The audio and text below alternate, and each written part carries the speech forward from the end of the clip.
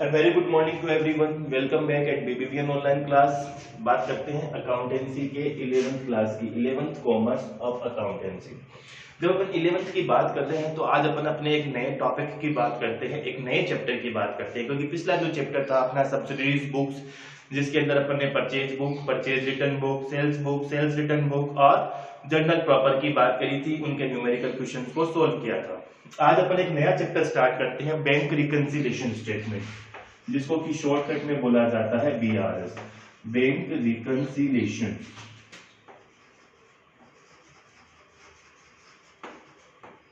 Bank reconciliation statement. देखिए, सबसे पहले आज अपन इसके इंट्रोडक्शन की बात करते हैं कि बैंक रिकंसिलिएशन स्टेटमेंट होता क्या है। मैं ये कहता हूं कि जो भी एवरी बिजनेसमैन अपने बिजनेस के जब अकाउंट्स मेंटेन करता है तो वो वहां पर एक कैश बुक बनाता होगा। उस कैश बुक का बैंक अकाउंट के साथ में फिजिकल वेरिफिकेशन करना, उसका जो फिजिकल वेरिफिकेशन करना ही बैंक रिकंसिलिएशन स्टेटमेंट कहलाता है। क्योंकि आपने अपने बिजनेस में कैश बुक अकाउंट मेंटेन करी है तो बैंक अकाउंट में बैंक भी आपको कोई पासबुक इशू करता होगा या बैंक स्टेटमेंट देता होगा। अगर सेविंग अकाउंट है तो बैंक पासबुक इशू करता है, और अगर आपने करंट अकाउंट ओपन कर रखा है, यानी कि दोनों अकाउंट की अपन ने बिजनेस स्टडीज में डिस्कशन किया था, सेविंग अकाउंट और करंट अकाउंट के बारे में। तो अब अपन यहाँ पर बात करते हैं कि अगर आपने सेविंग अकाउंट ओपन करवा रखा है बैंक में, तब बैंक आपको क्या करता है, एक पासबुक इशू करता है। लेकिन अगर आपने करंट अकाउंट ओपन करवा रखा है तो बैंक एक बैंक स्टेटमेंट इशू करता है after the end of the month, यानी कि एवरी मंथ के बाद में। जो कैश बुक अपन ने मंथली बेसिस पर बनाई थी, उसी कैश बुक का उस बैंक पासबुक या बैंक स्टेटमेंट से फिजिकल वेरिफिकेशन करना, उसको कंपैरिजन करना एक दूसरे से, this is called is bank reconciliation statement. ये बहुत इंपॉर्टेंट वर्क होता है एवरी बिजनेस के लिए। क्यों होता है समझिए। मैं ये कहता हूं कि बाय चांस मान लीजिए कि आपने कोई चेक्स बैंक में डिपॉजिट करवाए, but due to the reasons, कोई भी रीजन था कि वो चेक बैंक में क्रेडिट नहीं हो पाया आपके अकाउंट में, और उस चेक के बेस पर अगर आपने किसी दूसरे पार्टीज को बैंक से पेमेंट करने के लिए चेक इशू कर दिया, तो जब वो चेक जो बैंक में आपने डिपॉजिट करवाया था वो आपके अकाउंट में जब क्रेडिट नहीं हुआ और आपको उसकी इंफॉर्मेशन भी नहीं मिली, तो जो चेक आपने पेमेंट के लिए इशू किया है वो चेक बाउंस हो जाएगा due to the insufficient balance of your account. आपके अकाउंट में इनसफिशिएंट बैलेंस होने की वजह से वो चेक बाउंस हो जाएगा, और चेक बाउंस होना आपकी गुडविल पर नेगेटिव इफेक्ट डालेगा। इस सारी चीजों के प्रॉब्लम से बचने के लिए जो अकाउंटेंट होता है अपने बिजनेस में, जो फर्म में जो अकाउंट्स का काम चेक करने वाला होता है, वो क्या करता है, end of the month, every month के एंड में एक स्टेटमेंट प्रिपेयर करता है कि भाई जो बैंक में जो बैलेंस है, क्या वो फिजिकली हमारे पास जो कैश बुक में हम बैलेंस बता रहे हैं उससे टैली हो रहा है कि नहीं हो रहा। या ये हो सकता है कि हम कैश बुक में अपना बैलेंस ज्यादा बता रहे हो और बैंक एक्चुअल में ये कह रहा है कि साहब आपके अकाउंट में तो इतना बैलेंस है ही नहीं। तो इन सारी चीजों के रीजंस को आइडेंटिफाइड कर लिया जाता है इस बैंक रिकंसिलिएशन स्टेटमेंट के थ्रू, कि भाई अगर ये डिफरेंसेस बैलेंसेस में आ रहे हैं, यानी कि हमारी कैश बुक में और बैंक पासबुक में अगर डिफरेंसेस आ रहे हैं, तो वो डिफरेंसेस किस रीजन से आ रहे हैं, क्यों आ रहे हैं। अब ये कई सारे रीजंस हो सकते हैं, जैसे मैं कुछ एग्जांपल्स आपको बता दूं कि हो सकता है चेक आपने बैंक में डिपॉजिट करवाया, लेकिन जिस डेट को आपको पैसे की रिक्वायरमेंट थी टिल डेट तक वो चेक बैंक में क्लियर नहीं हो पाया।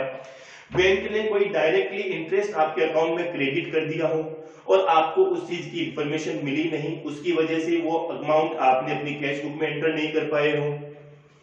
बैंक ने आज एज पर the standing orders of your account holders, bank ने उसके अकाउंट होल्डर के कहने के हिसाब से डायरेक्टली किसी चीज का पेमेंट बैंक के थ्रू कर दिया हो और उसकी इंफॉर्मेशन आपके पास नहीं हो, आपने उसको डेबिट नहीं किया, आपने उसको क्रेडिट नहीं किया और बैंक ने आपके अकाउंट से डेबिट कर दिया, यानी कि बैंक से तो बैलेंस कम हो गया लेकिन कैश बुक में पैसा कम नहीं हुआ, डिफरेंसेस क्रिएट करता है।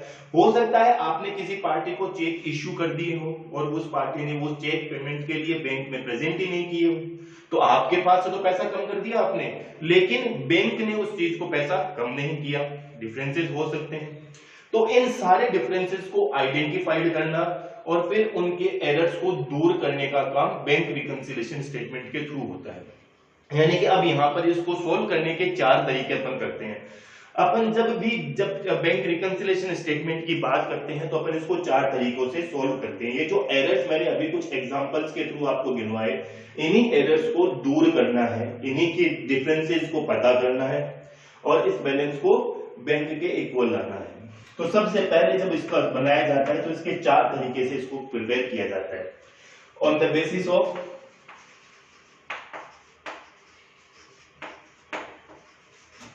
favorable balance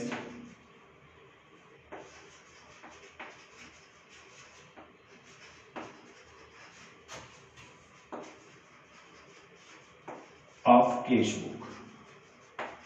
अब आपको ये पता है कि कैश बुक का फेवरेबल बैलेंस कौन सा होगा?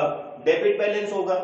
जब अपन यहाँ कैश बुक के फेवरेबल बैलेंस की बात कर रहे हैं तो कैश बुक के चैप्टर में अपन ने डबल कॉलम कैश बुक पढ़ी होगी, वहां पर अपन ने एक बैंक कॉलम की बात करी थी। यहाँ पर मैं उसी बैंक कॉलम की बात कर रहा हूँ कि बैंक कॉलम का फेवरेबल बैलेंस होता है वो हमेशा क्या होता है?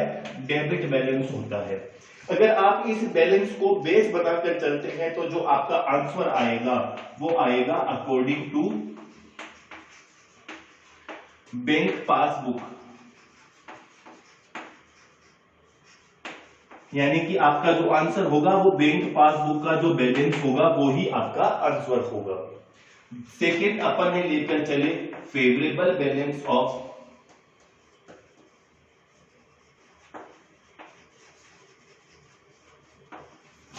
Bank passbook.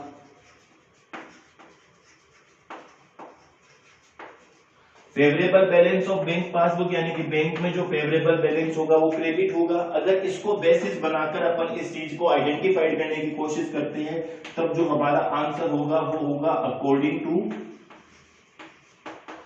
Cash book. Third हम बात करते हैं अनफेवरेबल बैलेंस ऑफ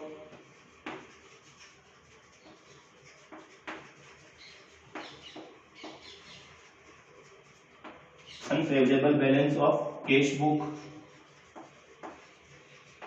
तब जो आंसर होगा वो होगा unfavourable balance of passbook.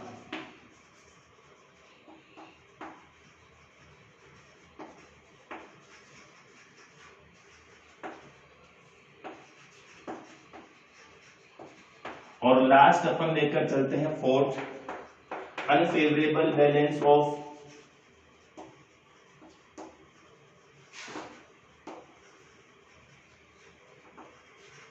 Passbook. तब जो हमारा आंसर होगा वो होगा unfavourable balance of cash book. ठीक है, यानी कि हमने अगर फेवरेबल बैलेंस कैश बुक का बेसिस बनाया है डिफरेंस को ढूंढने के लिए तो जो आंसर आएगा वो पासबुक के अकॉर्डिंग आएगा, और अगर पासबुक को बेस बनाया है तो आंसर जो आएगा वो कैश बुक का बैलेंस के बराबर आएगा। अनफेवरेबल बैलेंस यानी कि बैंक ओवरड्राफ्ट की कंडीशन को शो करते हैं। अगर हमने कैश बुक का अनफेवरेबल बैलेंस यानी कि क्रेडिट का साइड का टोटल ज्यादा आता है वो बैंक ओवरड्राफ्ट को शो करता है, उसको अगर हमने बैलेंस बनाकर बेस बनाकर इस डिफरेंसेस को ढूंढने की कोशिश की, आइडेंटिफाइड करने की कोशिश करी तो जो हमारा आंसर होगा वो अनफेवरेबल बैलेंस ऑफ पासबुक होगा यानी कि डेबिट बैलेंस होगा। और अगर हमने अनफेवरेबल बैलेंस पासबुक को बेस बनाकर अपने इस डिफरेंसेस को ढूंढने को आइडेंटिफाई करने की कोशिश करी तो जो हमारा आंसर होगा वो unfavourable balance of cash book होगा। क्लियर है? ये सारा एक न्यूमेरिक इंट्रोडक्शन आज अपन ने बैंक रिकंसिलिएशन स्टेटमेंट के बारे में डिस्कस किया। आगे अपनी ऑनलाइन क्लास में अपन इसके न्यूमेरिकल क्वेश्चंस के थ्रू इसके डिफरेंसेस जो थे, जो रीजंस मैंने बताए थे, उनके थ्रू अपन इसके डिफरेंसेस को आइडेंटिफाइड करेंगे और इसको सोल्व करने की कोशिश करेंगे। Thank you.